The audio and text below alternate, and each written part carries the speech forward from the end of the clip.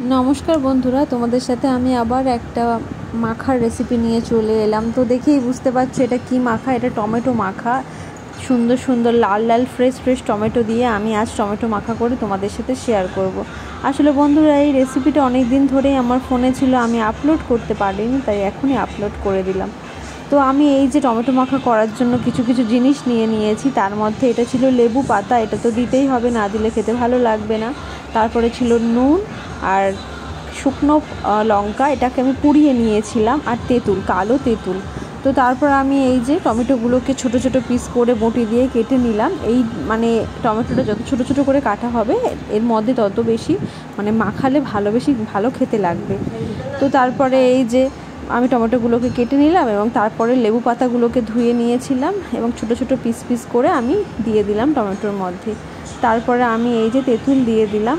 আর এই যে এটা হচ্ছে এমনি সল্ট, তোমরা এখানে ব্ল্যাক সল্ট যদি থাকে তো দিয়ে দিতে পারো, তো আমার কাছে এটা ছিল আমি দিয়েছিলাম। তারপরে এই যে শুকনো লঙ্কা, এটা দিয়ে আমি ভালো করে এটা মাখিয়ে নিতে হবে।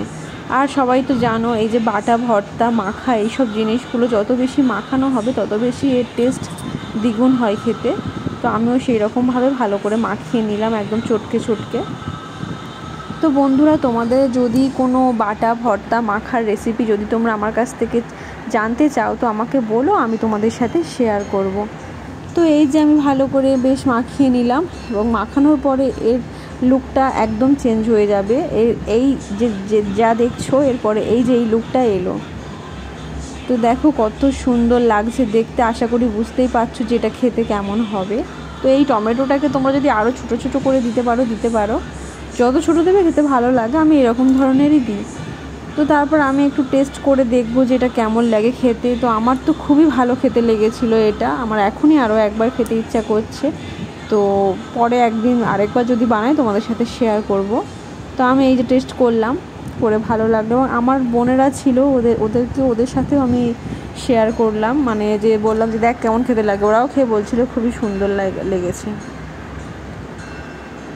তো এই যে আমার বোনেরা সবাই আছে, তো ওরা একে একে করে ট্রাই করছে। দেখো ওরা খেয়েই বলছে খুব সুন্দর হয়েছে দিদি, তুই দারুণ করেছিস।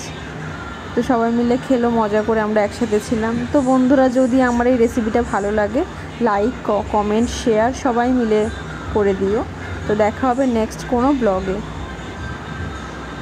তো বন্ধুরা, একবার বানিয়ে খেয়েও, তোমাদেরও খুব ভালো লাগবে। তো টাটা, আবার দেখা হবে নেক্সট কোনো ব্লগে।